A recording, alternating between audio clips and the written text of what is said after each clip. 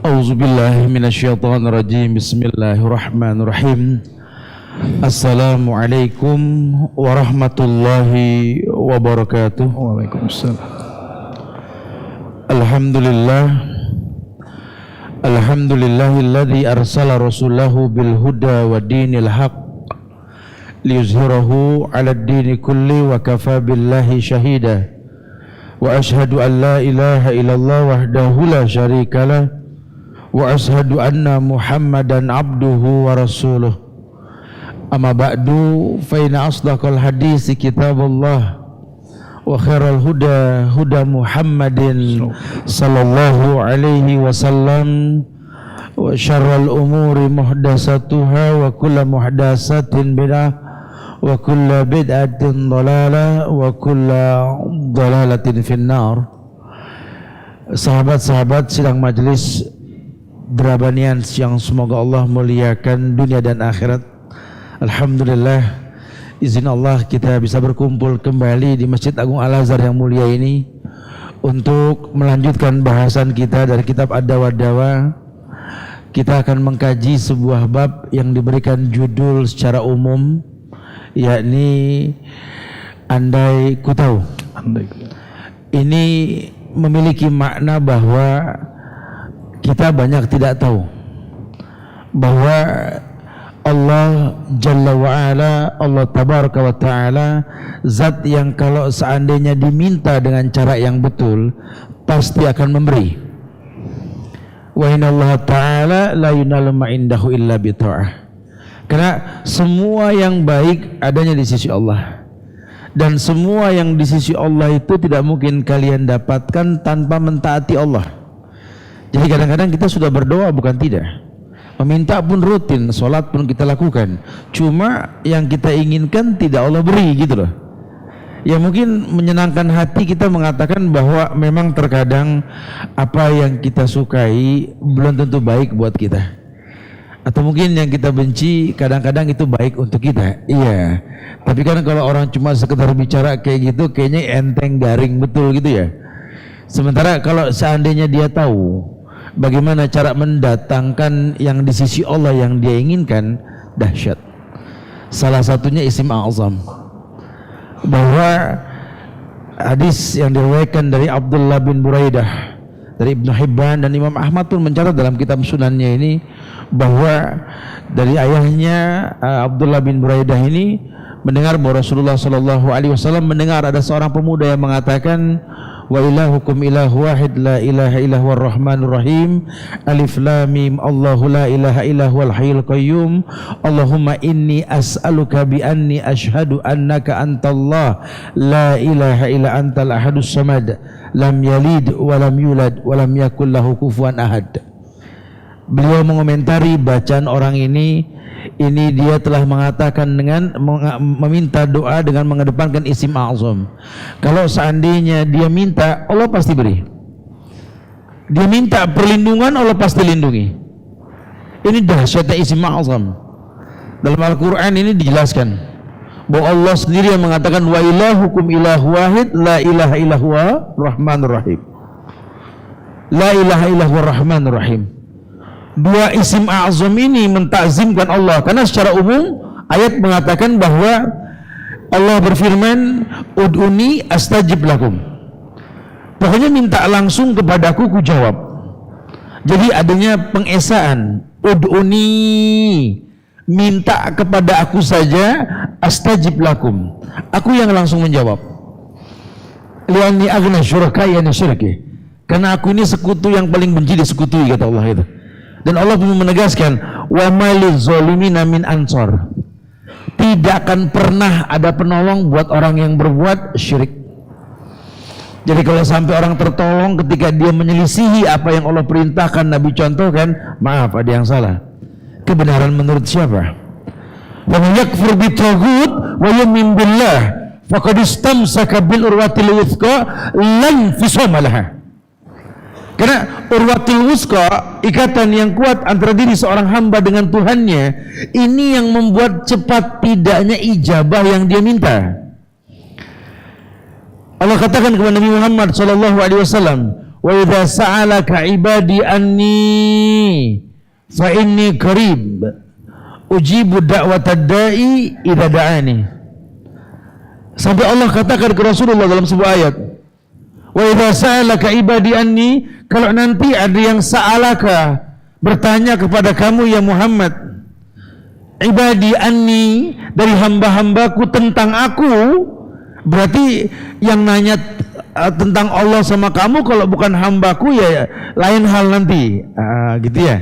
Tapi kalau dia sudah ibadi anni, maka bukan wa inni, fa inni qarib.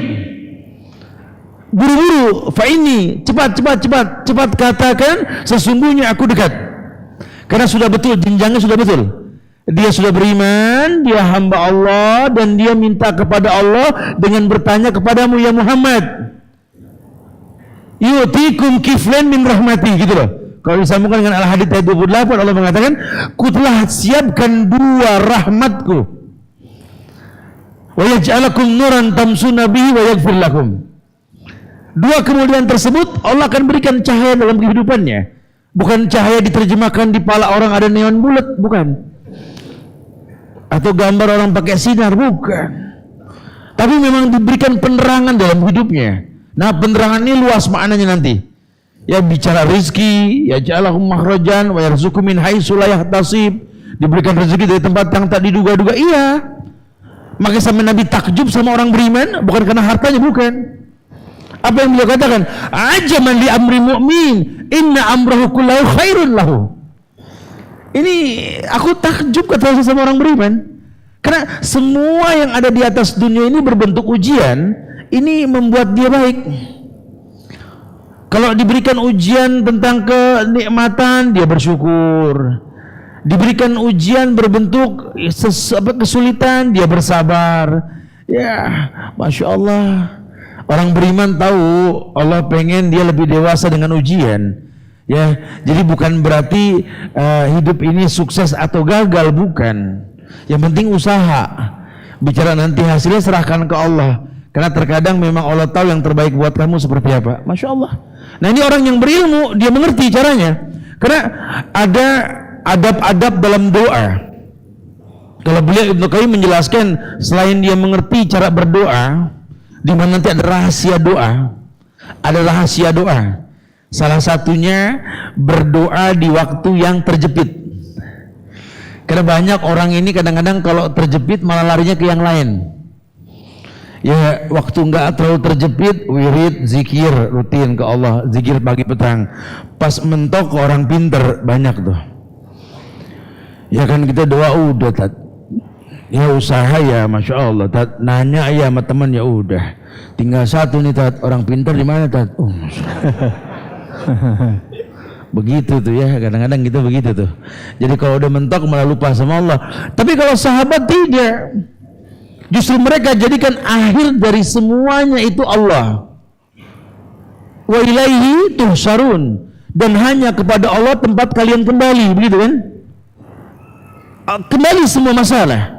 Ima sifatnya jamaah sudah disampaikan, kita mengatakan hasbunallah wa ni'mal wakil, ni'mal maula wa ni'man nasir, atau hasbunallah wa ni'mal wakil wa ilallahi tawakkalna.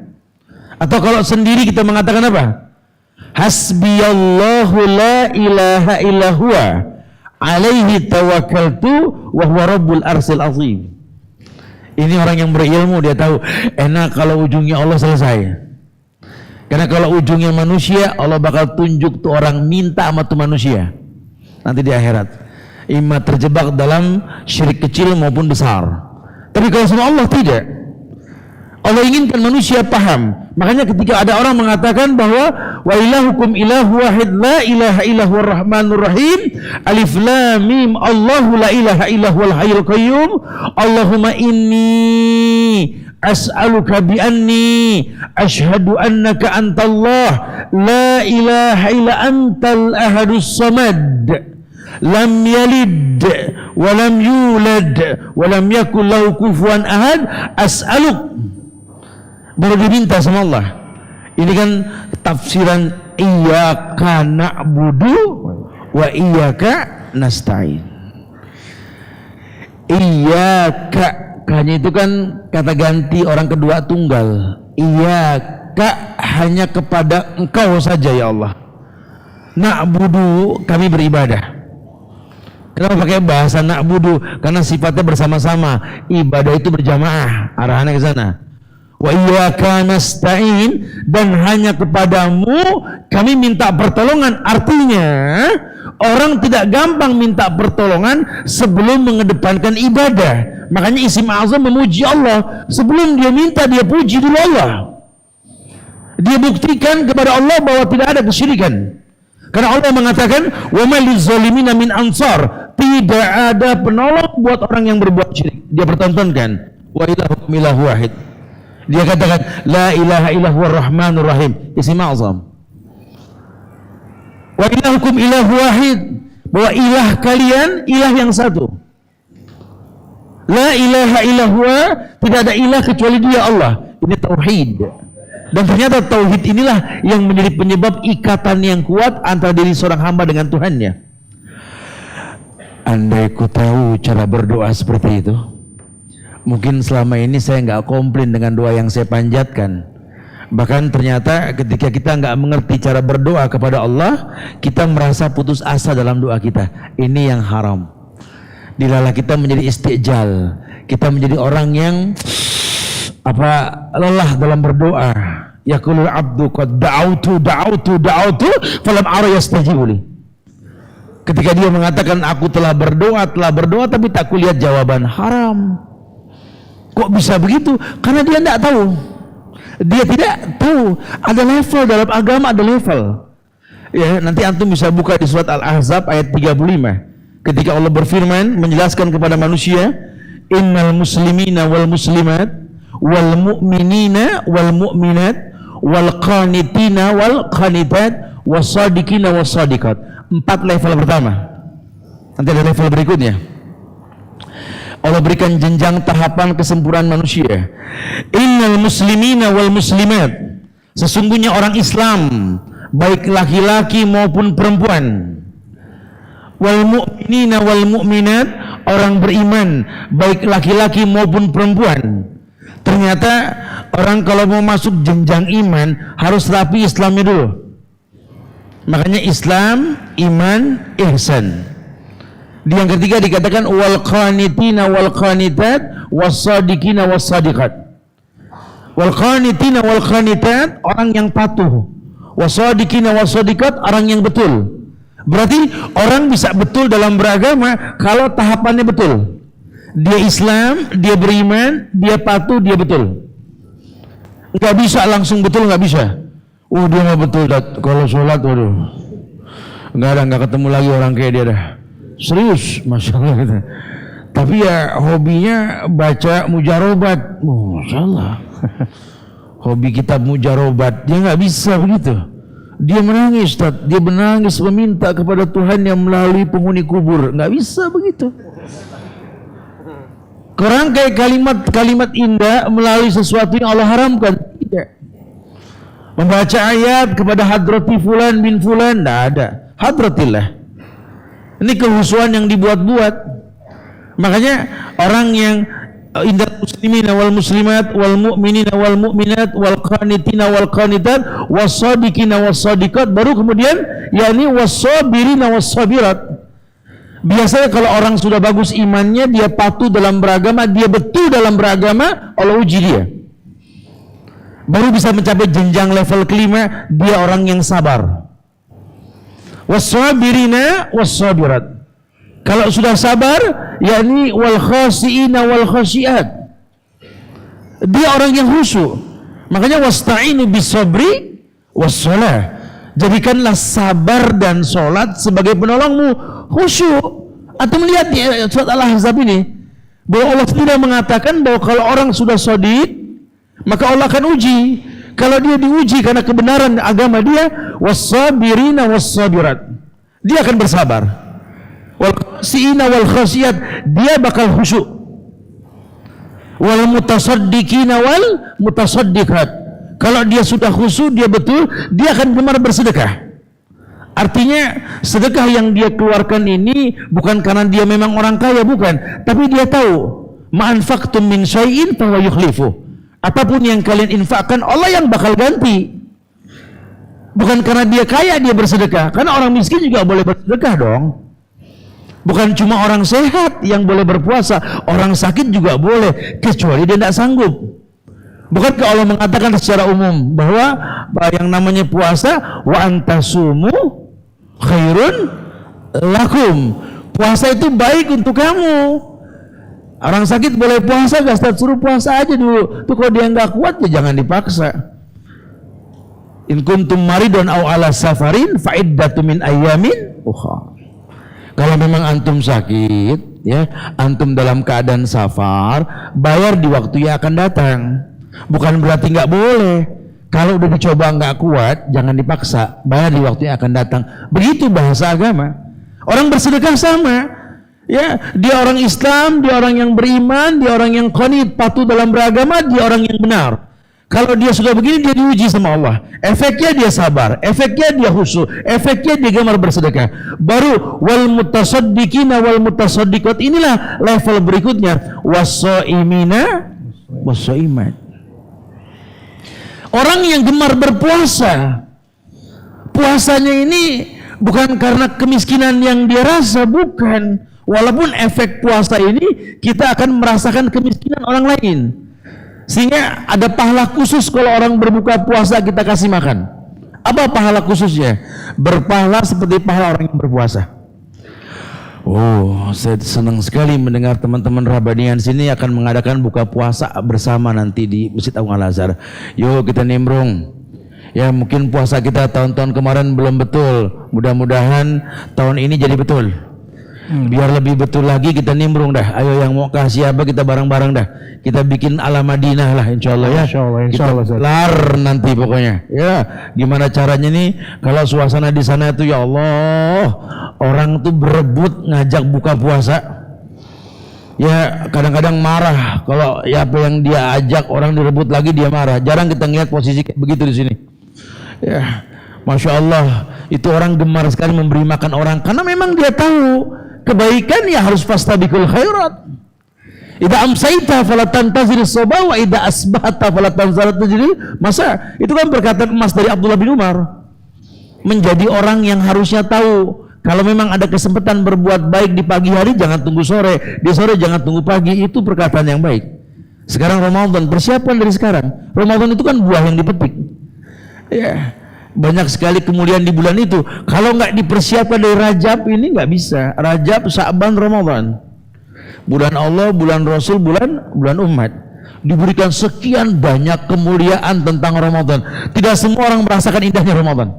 Orang boleh punya rencana, kemampuan belum tentu. Makanya buatlah kebaikan yang kita minta.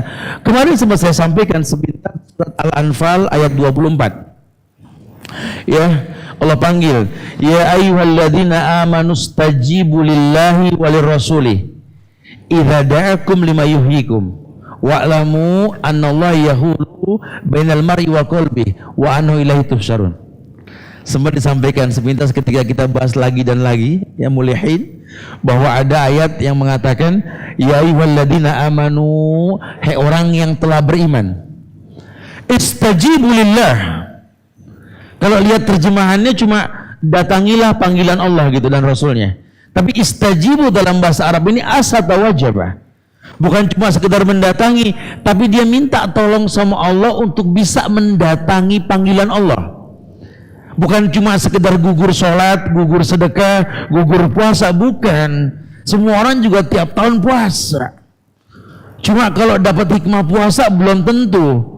Seperti janji Allah, kutiba alaikumus siyam kama kutiba alal ladzina min qablikum la'allakum tattaqun. Allah wajibkan atas kalian berpuasa seperti orang sebelum kalian agar kalian bertakwa. Target utama puasa la'allakum tattaqun. Nabi tambahkan, ghufira lahu ma taqaddama min dzambi. Ada janji dihapus dosa yang telah lampau. Caranya Nabi ajarkan. Bagaimana caranya? Man shoma ramadanan imanan wahtisaban ghufira lahu ma taqaddama min dzambi. caranya Rasul tuh ya. Allah cuma kasih umum saja. Pokoknya kutiba dah gitu ya. Kutiba alaikumusiyam, telah diwajibkan pada kalian ini puasa asyam. Karena asyamnya pakai alif lam, ulama sepakat maksudnya Ramadan. Karena yang wajib cuma Ramadan, betul. Yang lain tidak ada kewajibannya, ada khilaf nanti ulama. Tapi kalau Ramadan nggak khilaf, sudah wajib. Bahkan kalau sampai yang nggak mampu suruh bayar di waktu yang akan datang. Kalau betul-betul yutikunahu fidyatun tu'amu miskin, dahsyat. Makanya la taglu fi dinikum, jangan sampai berlebihan. Kalau Allah sudah bilang, ya ini faman syahida minkum syahar falyasumhu, sudah umum, nggak usah diperdebatkan lagi. Ayat sudah betul. Barang siapa menyaksikan bulan, puasa, selesai. Tapi kata guru anak, terserah dah kalau begitu ya. Kalau ada ayat kok kata guru anak gitu ya. Ini jangan belajar beragama dengan Quran dan Sunnah. Ya, sama juga nanti dengan Idul Adha, Nabi dengan bahasa yang mudah. Itu ketika Ibnu Qayyim meletakkan bahasa tentang wukuf di Arafah sebagai level pertama tempat untuk mustajab doa dalam adab berdoa, itu beliau mengatakan bahwa Arafah itu tempat yang mustajab untuk berdoa. Baru kemudian Ramadan. Nah, Arafah itu kan setahun sekali. Ketika wukuf 9 Zulhijjah, yang efeknya orang wukuf, kita puasa. Maka beliau mengatakan al-hajju Arafah, selesai sudah. Kalau antum sudah berilmu, fadhal, mau ngutak-ngatik dalil sampai ikut khilaf silakan. Tapi kalau antum nggak mau pusing, selesai. Nabi sudah bilang al-hajju Arafah, khalas. Enteng jadi hidup. Bicara nanti ada orang khilaf, urusan dia lah. Tapi kalau kita cukup yang Rasul katakan al-hajju Arafah, dahsyat. Semua telah dikabarkan. Dan memang kalau seandainya kita beribadah seperti yang dicontohkan, andai kalian tahu dan andai ku tahu, ini ibadah membuat kita mulia. Allah berikan kemuliaan. Was-sabirina wal-sabirat wal-khasiina wal-khasiat wal-mutasaddiqina wal-mutasaddiqat was-saimina was-saimat. Baru bisa mencapai jenjang yang ke-8, orang yang berpuasa. Makanya nggak sembarangan. Ya kalau cuma sekedar puasa, siapa juga bisa. Ya tergantung niat. Kalau niatnya memang pengen kurusan dikit, ya silakan. Tapi kan ujungnya puasa bukan karena kurusnya. Tapi betul-betul hikmahnya dalam. Apalagi kalau yang namanya Ramadan kan, nanti ada kita baca Quran per huruf itu dikali 10 pahalanya. Yang namanya Ramadan ini mustajab doa sampai menjelang berbuka. Kita akan pertontonkan nanti di sini bagaimana cara berbukanya Rasul. Jadi kan kalau orang yang udah kan ada kultum menjelang buka, betul? Nah, justru sunnah itu ketika menjelang buka tidak ada kultum. Karena tempat yang mustajab untuk berdoa ketika menjelang berbuka. Kita pertontonkan kajiannya kapan? Habis asar sampai menjelang buka. Menjelang buka sudah pada berdoa. Lawang tempat yang mustajab. Ya, jangan bikin panik karena teman-teman di kepolisian juga bilang tingkat kecelakaan tertinggi itu di bulan Ramadan. Kendaraan bermotor khususnya. Dan kecelakaan tersebut yang paling tinggi menjelang buka. Masya Allah. Tanya kalau nggak percaya dah ya. Itu kalau udah menjelang buka orang kayak orang panik, Masya Allah. Udah gitu dia nggak paham lagi yang namanya buka patokannya apa. Rata-rata di kita tuh patokannya trek tek tek dung dung dung dung dung tuh. Masya Allah. Ya kalau yang ada bedugnya, kalau yang nggak ada gimana trek tek tek dung dung gitu kan. Sudah dibilang yang namanya berbuka terbenam matahari. Jadi antum kalau memang nggak ngelihat terbenam matahari, lihat aja jam yang disepakati. Sudah, antum lihat jam, kira-kira 15 menit sebelum waktu berbuka, cari masjid Agung Al-Azhar dah solusinya dah. Kita berbuka di sini nanti. Itu yang paling baik. Jangan malah kayak orang kebingungan, patokannya azan. Ini yang paling salah nih. Sehingga banyak orang kebut-kebutan menjelang buka. Masya Allah, berdingin. Buka helm, udah azan belum?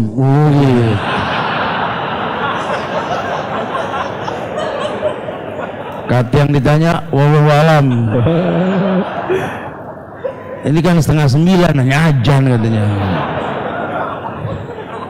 Tuh, kalau nggak berilmu tuh, ya. Ya, anak sih patokannya gelap tat, mati lampu, main tidur dari siang melek gelap, main minum aja 3:30 tentunya.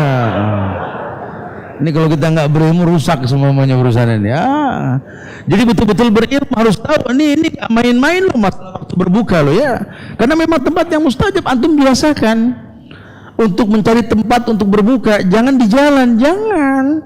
Kita bantu teman-teman kepolisian untuk bisa lebih menertibkan jalan. Yang namanya buka jangan pada kumpul. Ini kita nggak tahu rahu siapa ngabuburit, masya Allah. Entah dari mana itu istilah ngabuburit. Orang menjelang buka ngabuburit,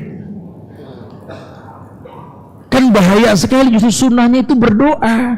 Makanya mudah-mudahan teman-teman Drabanian sini kita belajar bareng deh, supaya jadi sebuah budaya di negeri kita. Orang semua tahu bahwa yang namanya berbuka menjelang buka itu kita berdoa, bukan kelayapan di jalan. Bahkan surat Al-Falaq kalau antum melihat tafsirnya, itu menjelang malam itu setan berduyun-duyun turun ke bumi itu.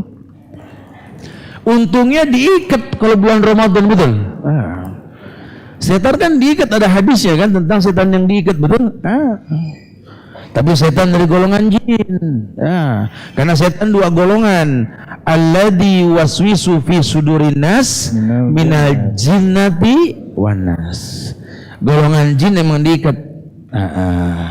Tapi kalau golongan manusia diikat sama puasa. Ya setan diikat. Nah itu dua nggak diikat, nggak puasa gitu ya.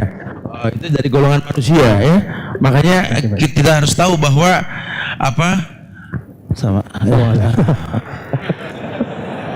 jadi cempreng begitu ya. Nanti namanya Suban Ceper lagi.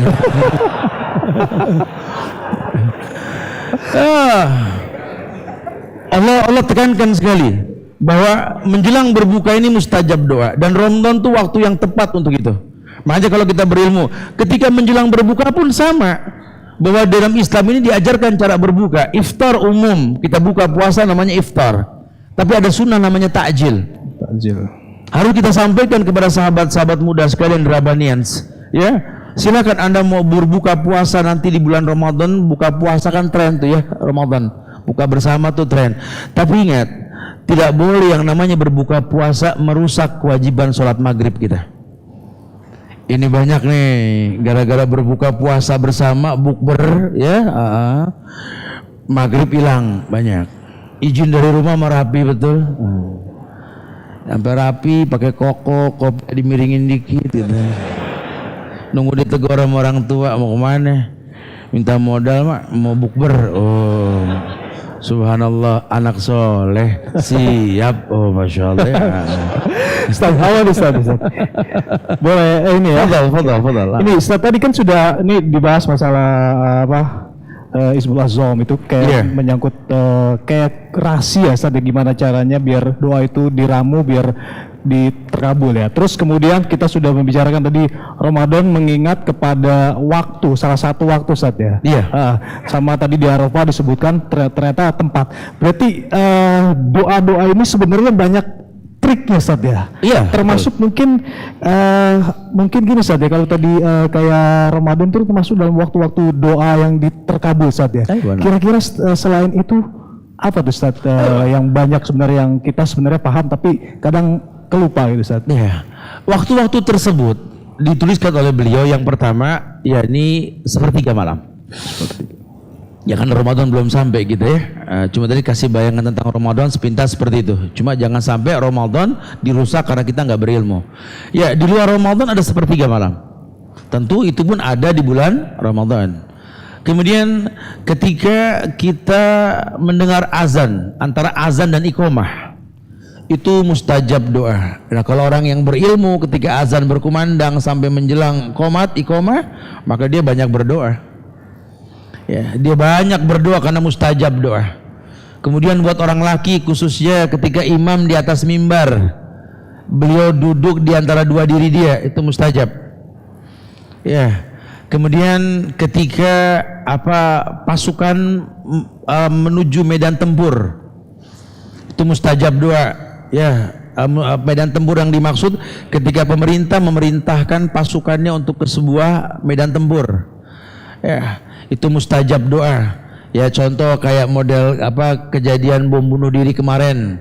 Pemerintah menurunkan pasukannya untuk menangkap teroris. Itu kan perang. Ya pemerintah melawan teroris. Ya, antum melihat begitu banyak berdoa.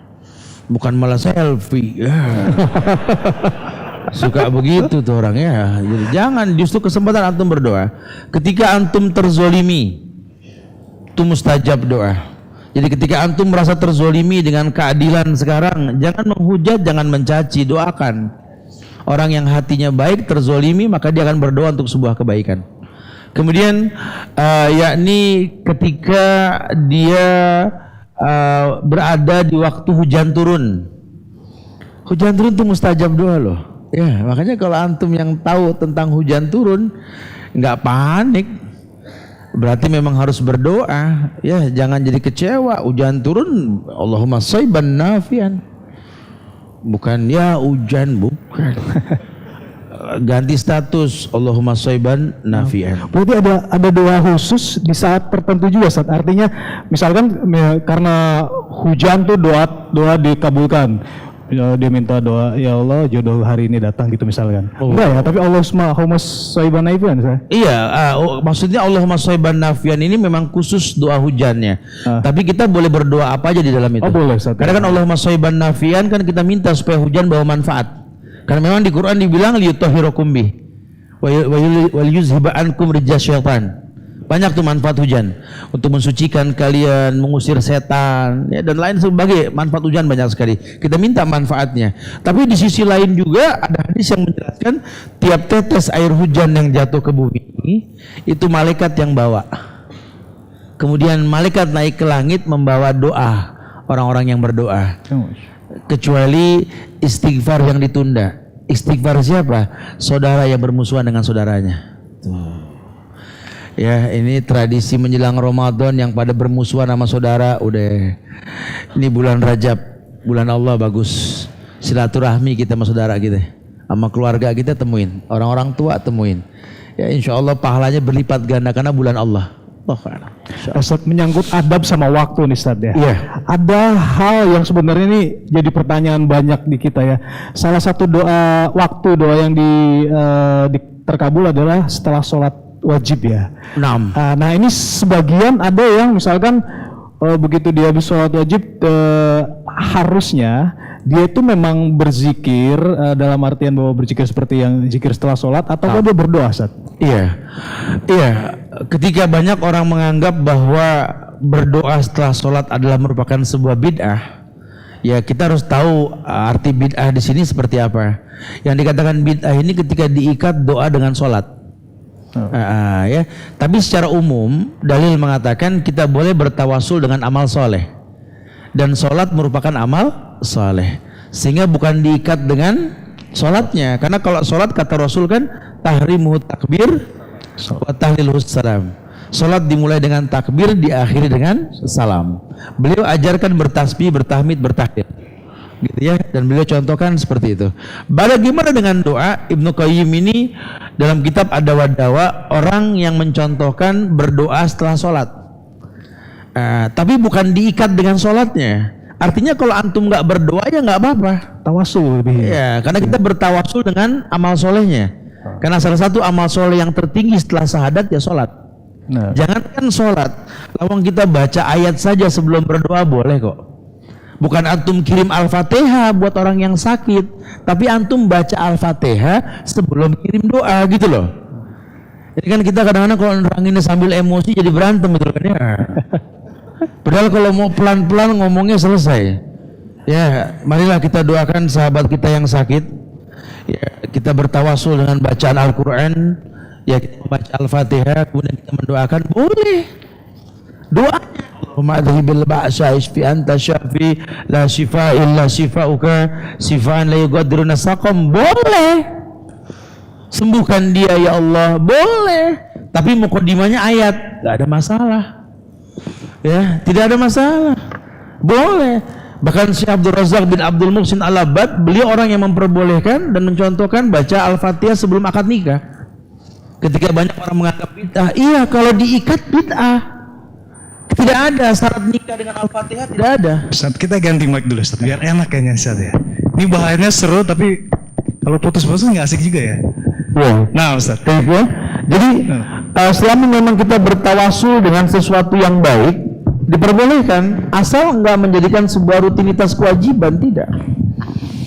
Ya, kita berdoa ketika ada di majelis seperti ini, ya.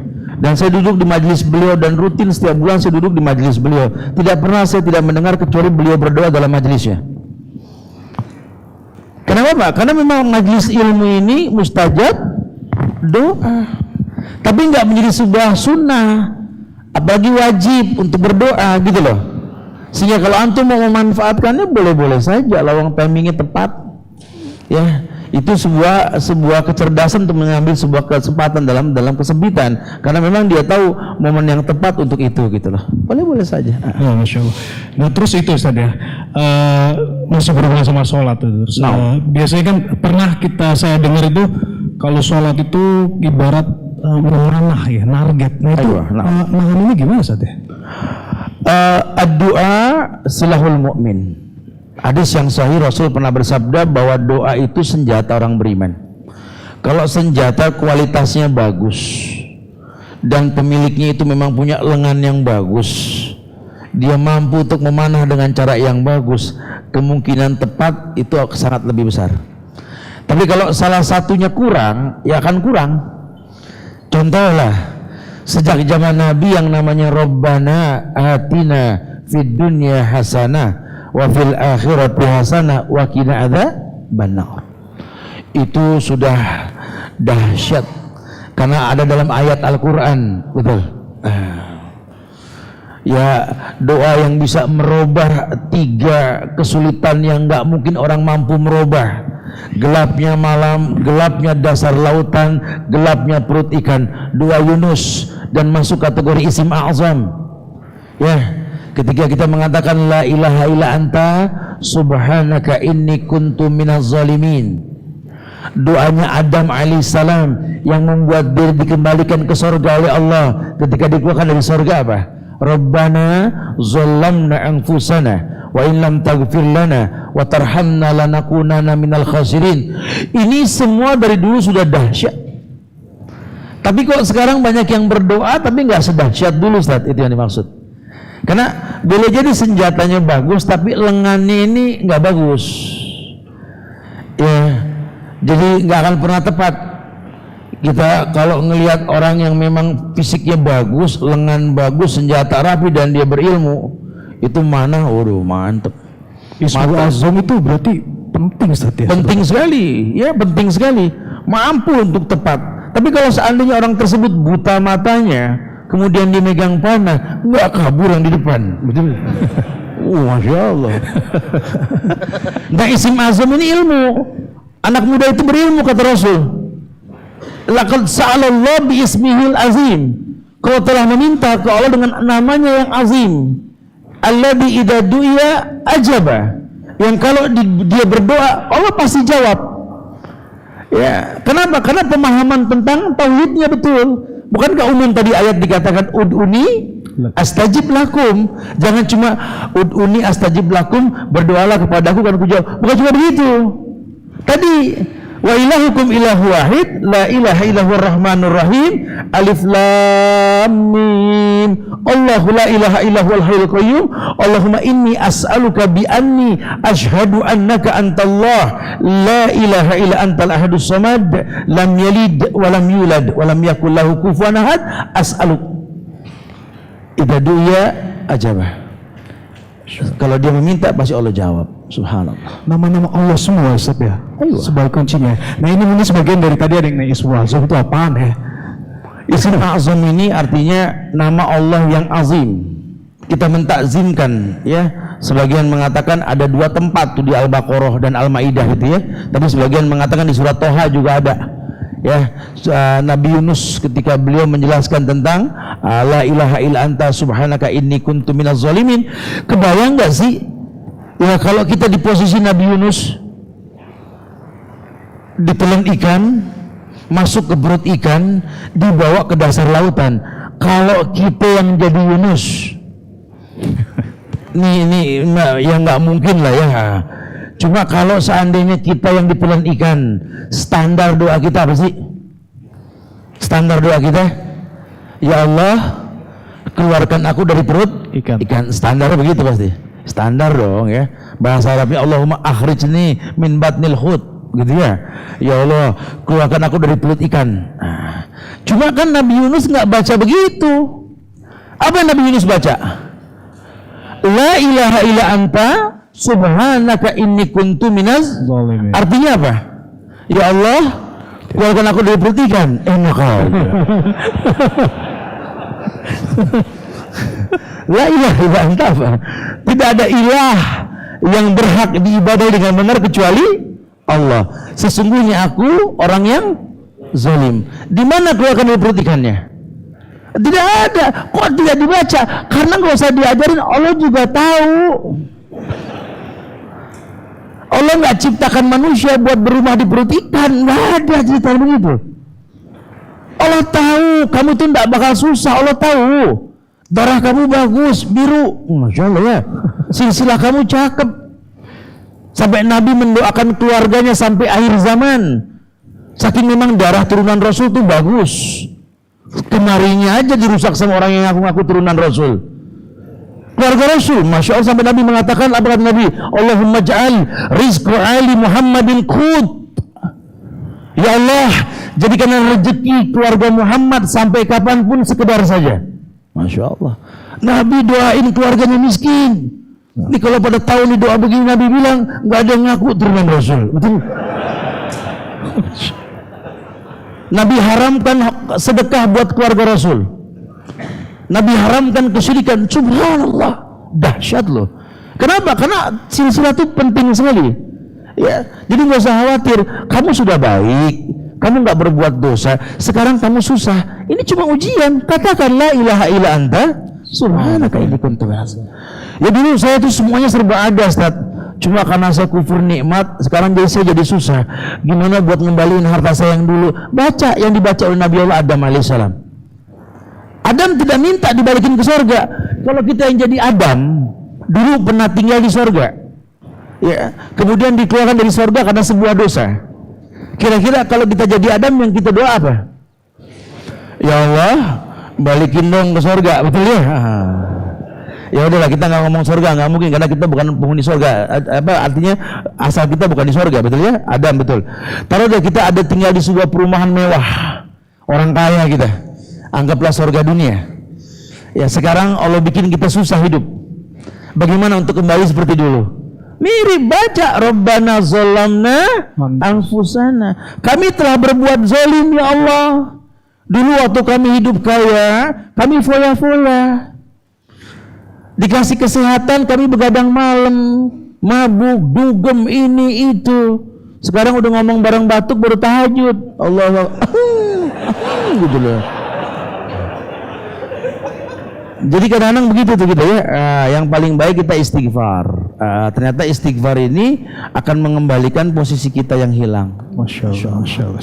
Nah, Ustaz nih antara korelasi nih ya. Nah. Kita kalau tadi kan kita mengambil ibro dari doanya Nabi Yunus dan Nabi Adam di mereka tidak minta dikeluarin dari perut ikan, tidak minta dibalikin ke surga, tapi Allah keluarkan Nabi Yunus dari perut ikan. Padahal cuma membaca la ilaha illa anta subhanaka inni kuntu minadz zalimin.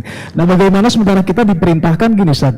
Itu seolah-olah saya berpendapat bahwa baca aja itu deh, nanti apa yang kita mau nih nggak usah sebut sama Allah, Allah Maha tahu kok. Sementara ada satu lagi yang diperintahkan, bahkan mintalah apa aja sama Allah, bahkan untuk urusan tali sendal misalkan. Nah, itu gimana, Ustaz? Hikmah dibalik apa yang kita sampaikan berbentuk apa yang dibaca oleh Nabi Yunus dan Adam alaihissalam, yang dikritisi itu sebab keburukan yang terjadi. Ya. Tapi kalau kita memang nggak melakukan keburukan, ya kita boleh minta apa saja. Karena bahasa Allah umum kok, ud'uni astajib lakum. Kan Nabi Yunus itu kan ditelan sama ikan karena dia berbuat zalim meninggalkan kaumnya. Ya, itu kesalahan yang dia kritisi, maka dia mengatakan la ilaha illa anta subhanaka inni kuntu minaz zalimin. Dia tahu sekali kerusakan yang terjadi ulah tangannya sendiri. Kayak kita sadar bahwa memang iya, ya saya begini karena ulah saya. dulu dikasih enak, saya nggak dekat sama Allah. Allah bikin begini supaya saya dekat sama Allah, kan begitu. Alladzi anqadha zahrak wa rafa'na laka dzikrak. Ku angkat masalahmu karena zikirmu sama Allah. Jadi itu yang dikatakan Allah pengen manusia antakhsha'a qulubuhum li dzikrillah. Ujian itu mendatangkan kehusyuan. Makanya tadi saya sampaikan di Al-Ahzab ayat 35, di level yang ke-5, ke-6, ke-7, ke-8, ketika orang sudah wassadiqina wassadiqat, kemudian baru wassabirina wassabirat. Di yang kelima ya, orang yang sabar. Kenapa? Karena Islam, iman, patuh, benar. Cakep tuh agama. Bukan gak diuji. Orang diuji sama Allah, dan ujian yang paling berat ujian orang soleh. Tapi kalau Islamnya betul, imannya betul, dia patuh dalam agamanya, taat sama Allah, nggak mengganggu ibadah, ujian seperti apapun, shadiq, benar. Siapa sih orang yang shadiq? Innamal mu'minuna alladzina idza dzukira, orang beriman ini adalah orang-orang yang betul-betul beriman kepada Allah. Amanu billahi wa rasulih, summa lam yartabu. Wajahadu bi amwali wa anfusihim fi sabilillah ulaika humus shadiqun. Siapa sih orang yang benar, orang yang shadiq? Orang yang beriman kepada Allah dan summa lam yartabu. Dia tidak ragu sama Allah. Dikasih kaya tetap sholat, dikasih susah juga sholat. Apa sih? Ada sebuah hadis yang sahih ketika Rasul mengatakan yakni salasun munjiat. 3 hal yang menyebabkan orang itu munjiat, sukses di dunia. Salah satunya adalah yakni al-qasdu fil fakri wal ghina.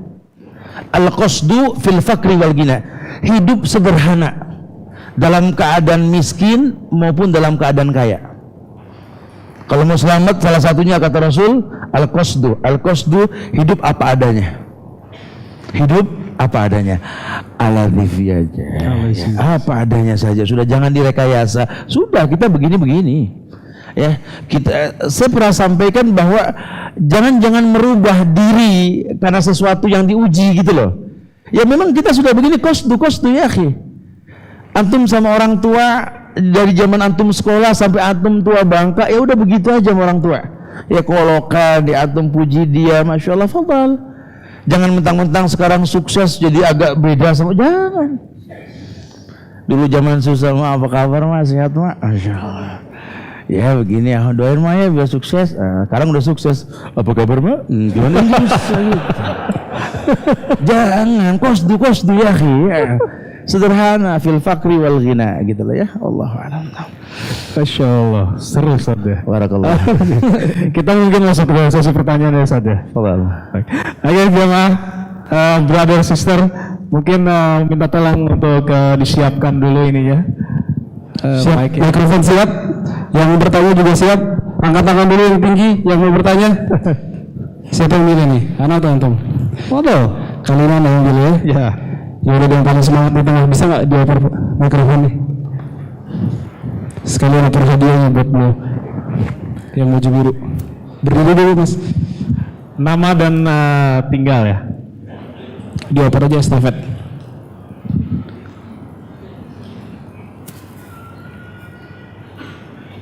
Syukran. Kita usahakan pertanyaan sesuai tema ya. Kali ini kita bahas tentang ya waktu Ustaz berdoa dan Ismul A'zam yang tadi Ustaz bahas. Silakan Mas. Assalamualaikum warahmatullahi wabarakatuh. Waalaikumsalam. Waalaikumsalam warahmatullahi. Nama saya Aji dari Mampang. Saya mau tanya Ustaz. Jadi ceritanya tadi malam saya lihat video di YouTube. Dia bahas masalah ziarah wali.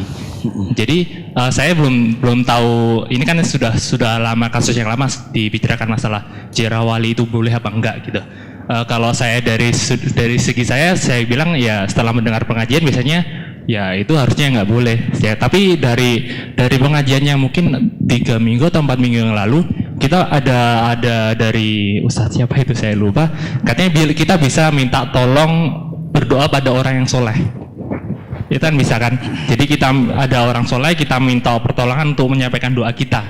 Nah, itu yang saya lihat dari video kemarin itu yang dibahas adalah ya itu alasannya dijadikan kenapa mereka berdoa kepada wali itu untuk menyampaikan apa yang dia inginkan gitu. Itu sebenarnya batasnya boleh apa enggak? Soalnya kalau saya melihat ya di satu sisi kalau kita berusaha melihat dari sudut pandang mereka dengan dasar yang disampaikan oleh mungkin ulama mereka, itu ya bisa dipikir itu boleh. Tapi kalau dilihat dari sisi yang seharusnya kita berdoa, ya mungkin harus orang yang masih hidup gitu. Iya. Ya, itu sebenarnya ya saya belum tahu. Jadi kalau bisa saya minta tolong Ustadz menyampaikan dari dua sisi. Jadi dari sudut pandang mereka, yang kedua dari sudut pandang Ustadz sendiri. Barakallah. Nah, Ziarah wali sama tawasul. ziarah kubur dalam Islam syariat. Bahkan Nabi tekankan zurul kubur tudzakirukumul maut.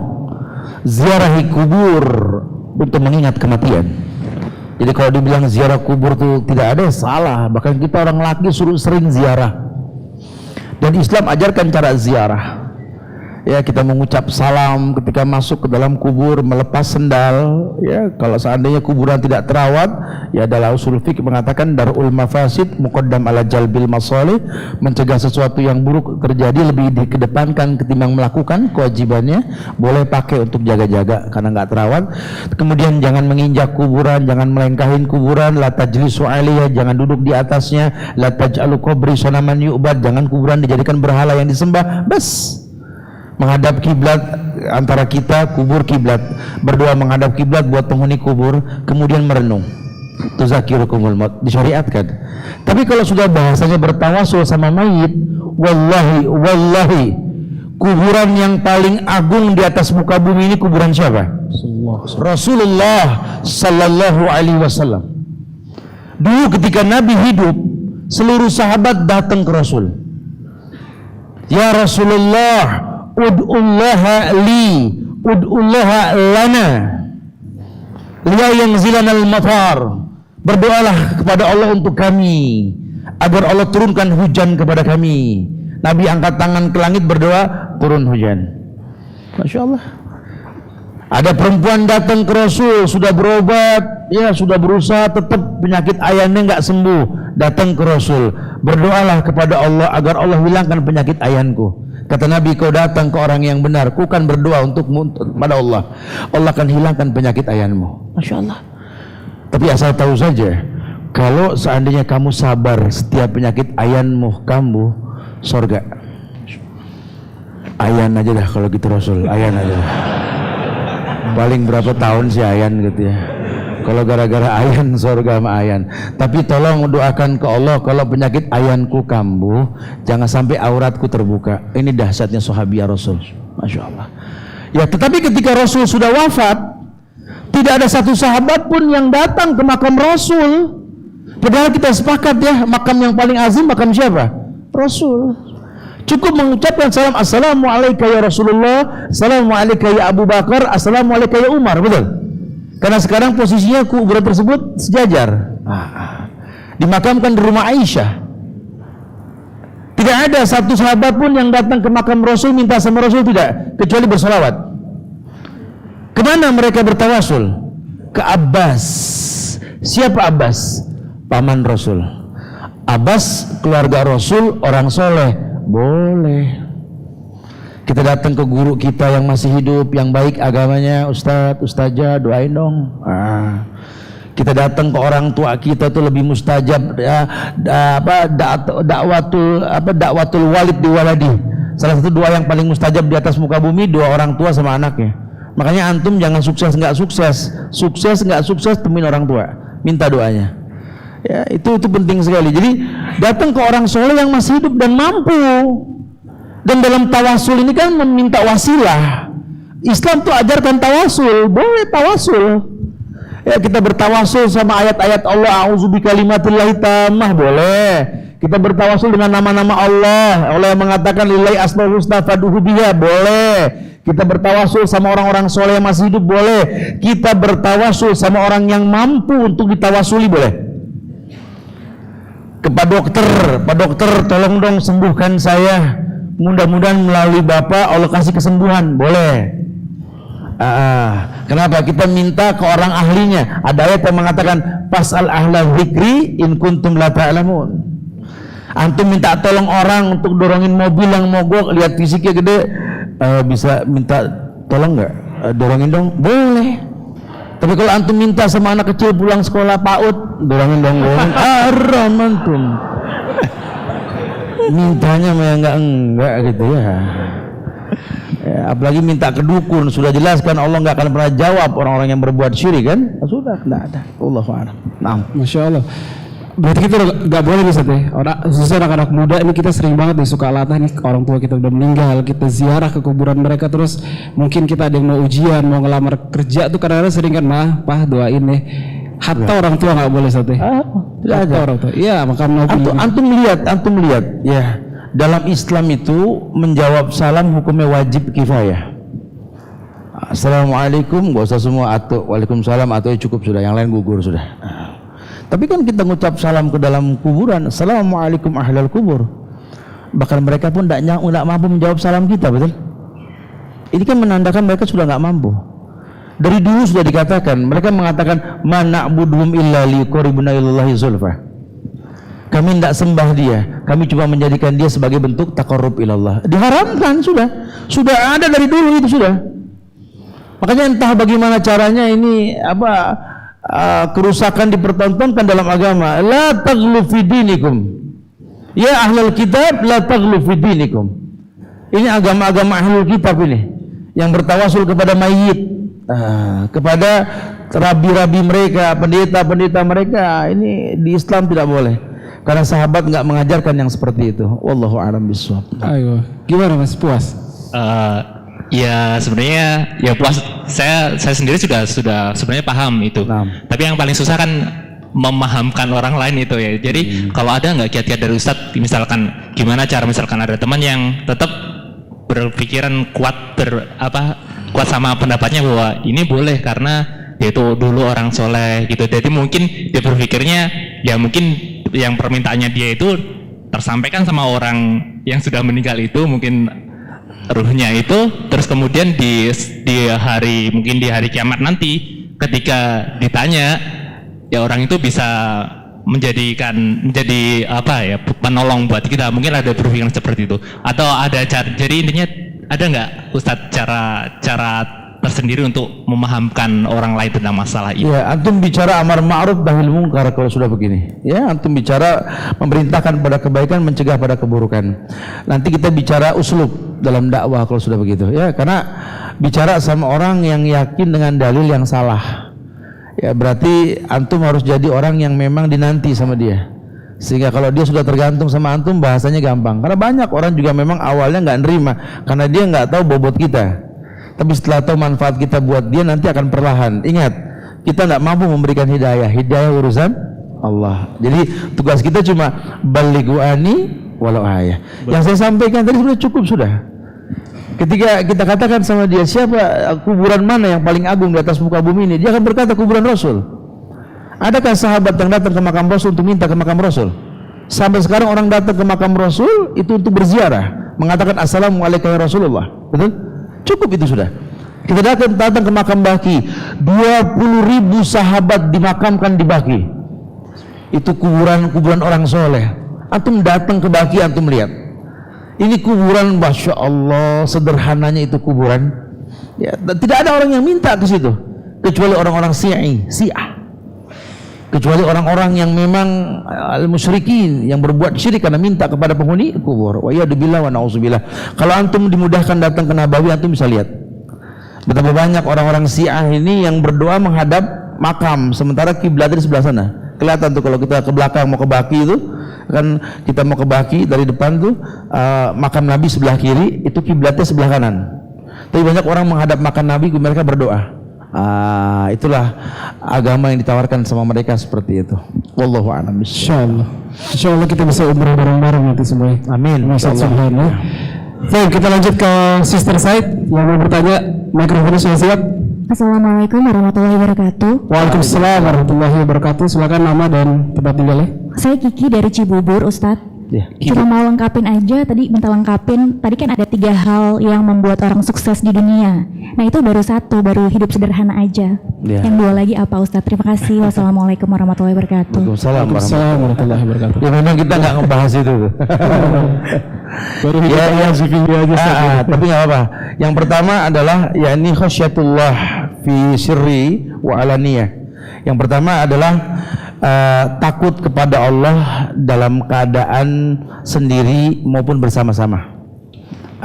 Ya, kalau kita bisa seperti itu, takut dalam kesendirian sama Allah sendiri maupun bersama-sama, kita sukses. Ya, kemudian al-qasdu fil fakri wal ghina. Ya, menjadi orang yang betul-betul sederhana, ya, di dalam hidup baik dalam keadaan susah maupun senang. Kemudian kalimatul haq fil ghadab wa ridha, tetap bicara yang baik walaupun dalam keadaan emosi maupun ridha. Allahu a'lam bishawab. Ya, masyaallah.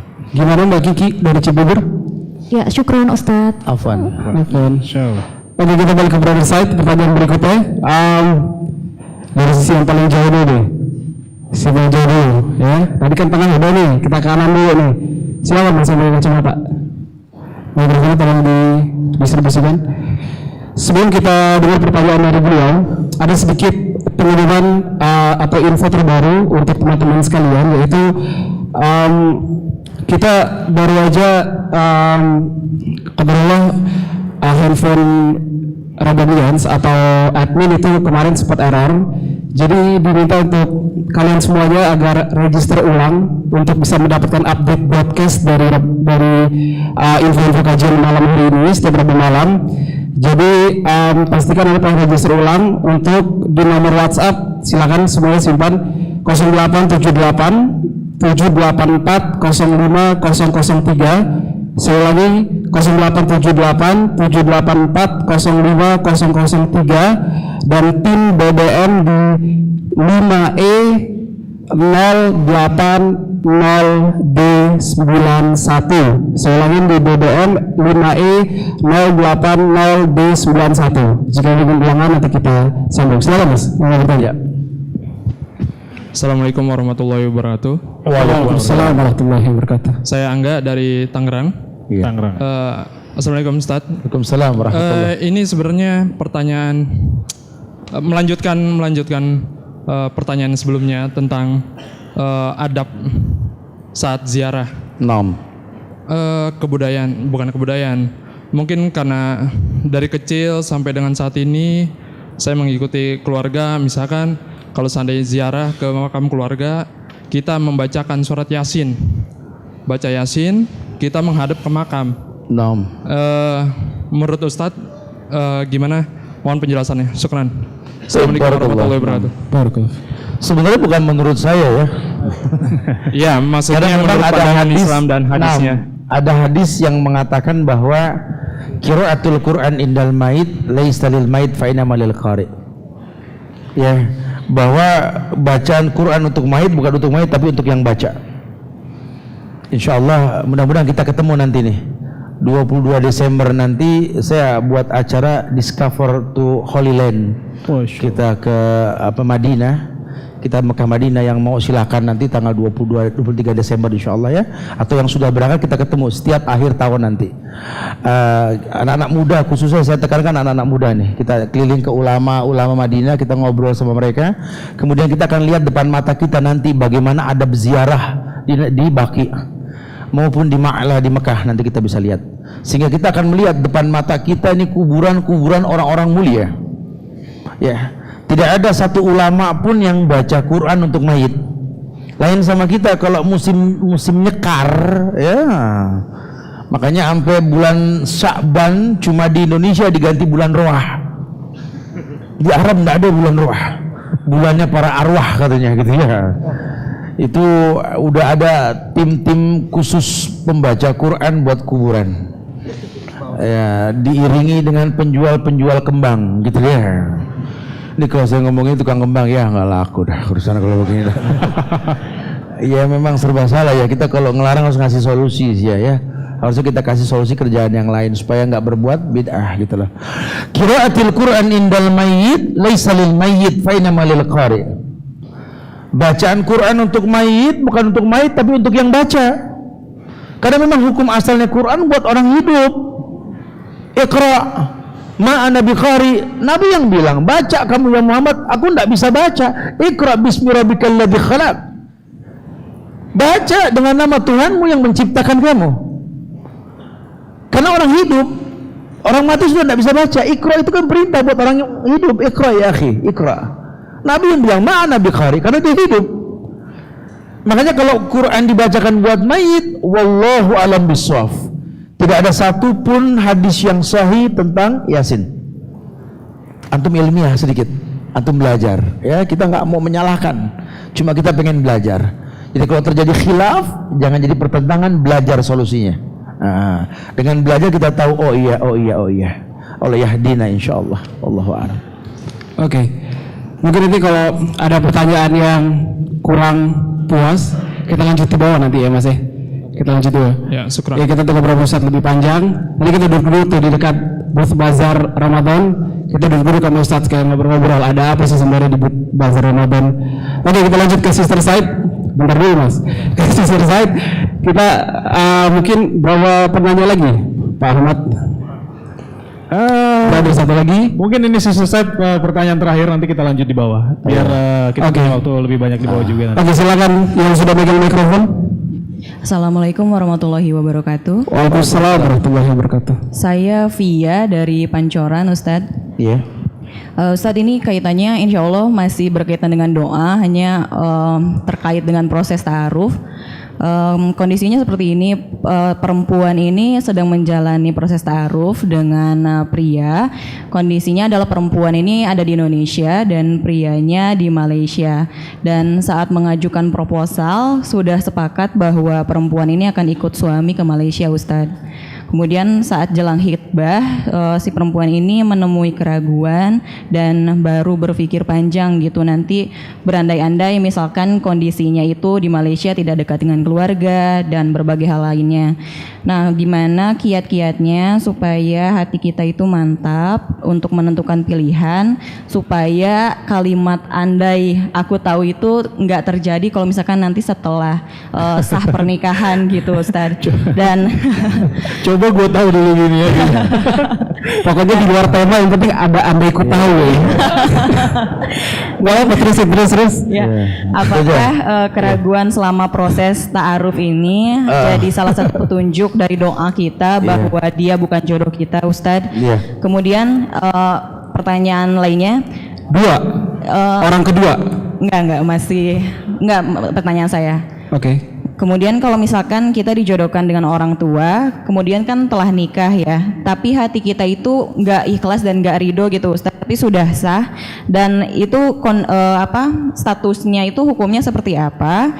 Dan kalau misalkan sudah terlanjur menikah, kemudian tidak ikhlas tadi, kan kita pastinya tidak menginginkan perpisahan atau perceraian ya, Ustaz. Nah, bagaimana kiat-kiatnya, caranya berdoa supaya Allah berikan kelembutan kepada hati kita untuk ikhlas menjalani pernikahan tersebut. Terima kasih. Masya Allah. Assalamualaikum warahmatullahi wabarakatuh. Emang kalau andai ku tahu yang seperti ini, banyak yang lain juga begini. Andai ku tahu kalau nikah itu enak, pengen gitu. Iya, wallahu alam bisawab. Bukankah orang yang menikah itu orang yang manis tatoah, orang yang sudah mampu, kata Rasul. Mampu dalam artian ini bukan cuma sekedar finansial, tapi dia mengerti bahwa nikah itu adalah untuk menjaga agama. Sehingga bumi Allah ini luas. Buat orang yang beriman, alam takun ardullahi wasiyah fatuhajjiru fiha. Bukankah bumi Allah ini luas, suruh hijrah kita di mana saja. Makanya memantapkan hati. Cuma yang jadi permasalahan sekarang, sudahkah partner hidup yang dia pilih ini bisa menjadi sahabat dalam hidupnya? Gitu lah. Bisakah dia mengerti bahwa calonnya ini bukan cuma sekedar suami, tapi sahabat yang menyiapkan 11 maklum untuk 10 kesalahan yang bakal dia lakukan? Sudahkah dia siap memilih seorang pasangan yang mengerti bahwa dia menikah sama manusia yang tempatnya salah dan dosa? Karena Islam mengajarkan hakikat cinta itu, mari mencintai pasangan kita karena kekurangan yang dia miliki. Mantap betul dah kalau gitu. Pulang urusannya kalau begini. Wallahu a'lam bishawab. Ya, jadi mengertilah orang yang ingin kita nikahi atau ingin menikah dengan kita. Makanya memang ta'aruf ini bukan cuma sekedar kirim-kiriman proposal, bukan ya. Tapi memang betul-betul kita tahu ini kira-kira pasangan yang kita pilih, karena kan anti perempuan ya. Umpama perempuan ini kan seperti rakyat, pemimpin tergantung rakyat, begitu kan. Kalau rakyatnya pinter, yang diangkat orang pinter.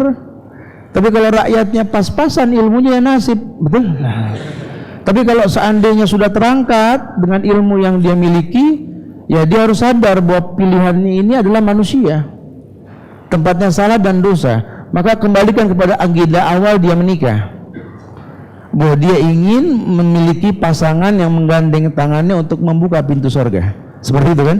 Tapi kalau nanti pasangannya ternyata nggak mengenal Allah dan memang nggak tahu Allah, ya kita boleh hulu kan. Ya, kalau memang suami kita memang nggak beragama dengan baik, ya guna perempuan untuk menjadi pakaian untuknya, nasihati dia. Mungkin suami anti ini bukan ulama, tapi bimbinglah dia untuk menjadi sahabatnya ulama.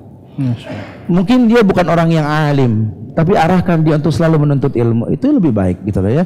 Jadi pahamlah, karena kalau kita tuntut sempurna juga salah. Kalau sudah begitu jangan khawatir, was-was yang timbul minasyaitan, al-waswas minasyaitan gitu ya.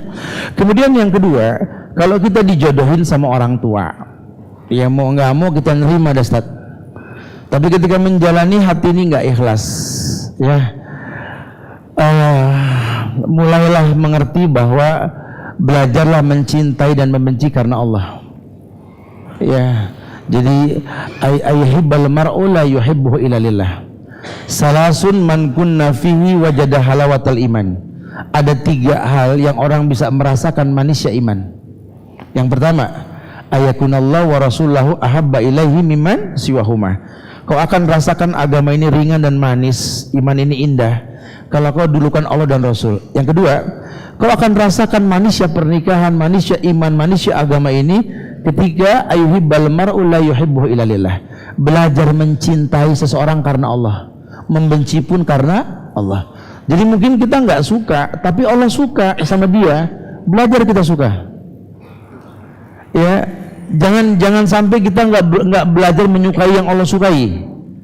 Mudah-mudahan nanti pelan-pelan Allah akan berikan cinta timbul dengan sendirinya. Karena mungkin cinta nggak langsung timbul, butuh waktu.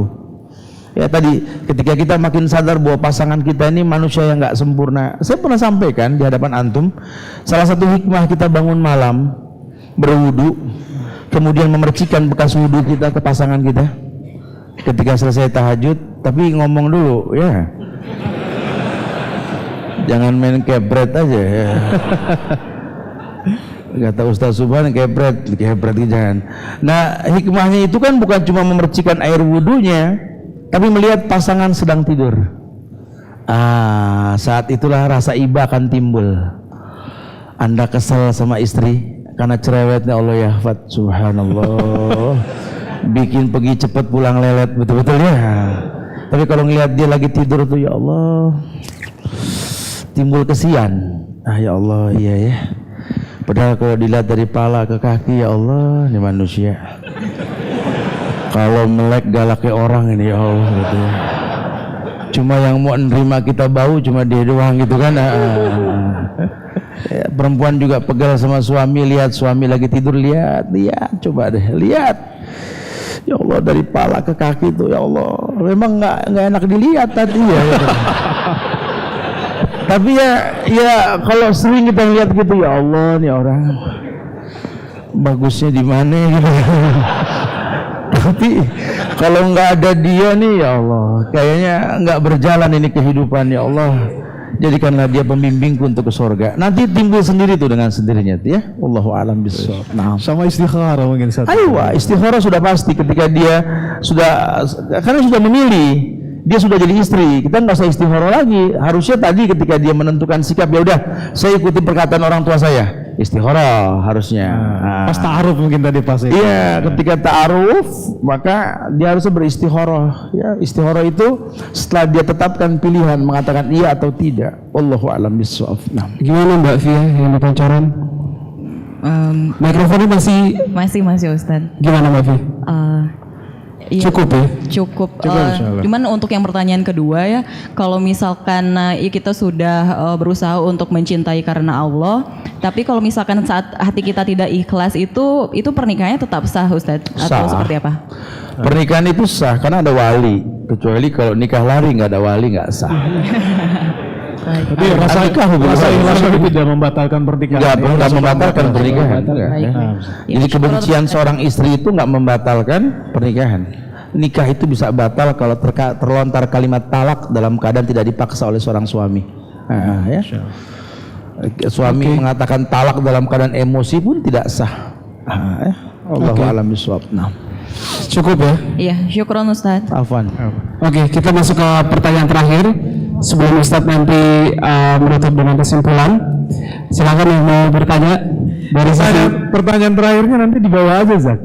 Pertanyaan tadi di bawah aja. Di bawah aja gitu. Sekarang kita tahan dulu ya. Karena kalau sekarang ini pasti cuma kebagian satu yang nunjuk banyak ya. Tapi kalau di bawah nanti kan kita insya Allah kebagian deh semua ya. Nah, Ustaz ya. Jadi nanti Ustadz kita nongkrong bareng Ustadz nih, kalau turun tangga langsung belok kiri, mulai dekat pintu aula, di situ ada Gate Bazar Ramadan dan dekat booth panitia. Nanti kita duduk di situ ngobrol-ngobrol dengan Ustadz dan mungkin ada ngobrol juga dengan panitia terkait kerjasama Jangan turun dulu karena kita belum selesai, masih ada nanti penutupan untuk malam ini juga dari Ustadz. Iya betul. Jadi intinya malam ini alhamdulillah kita sudah masuk pada pembahasan waktu-waktu terkabulnya doa. Tadi sudah disampaikan sama Ustadz kondisi-kondisi keadaan apa saja, kemudian adab-adab dalam doa, kemudian Ismul Azamnya saja, kemudian ada juga level-level tadi yang Islam, mukmin, kemudian qanit, shadiq ya kan.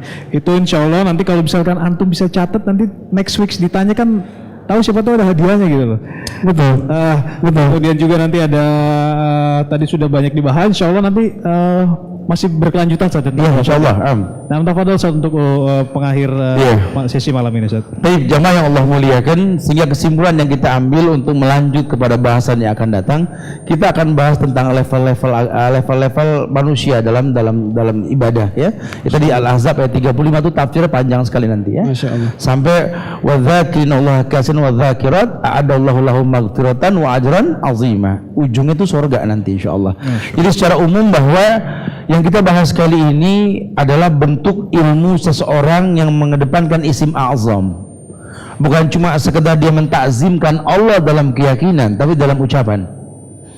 Bukan cuma qul huwallahu ahad, tapi memang betul-betul liwahidallah. Allah al-wahid, qul huwallahu ahad. Allah wahid satu, tapi qul huwallahu ahad, liwahidallah, esakan Allah. Nah, isim a'zam ini ta'zim. Ketika dia mengatakan dengan tegas, wa ilahukum ilahu wahid la ilaha illahu rahmanur rahim.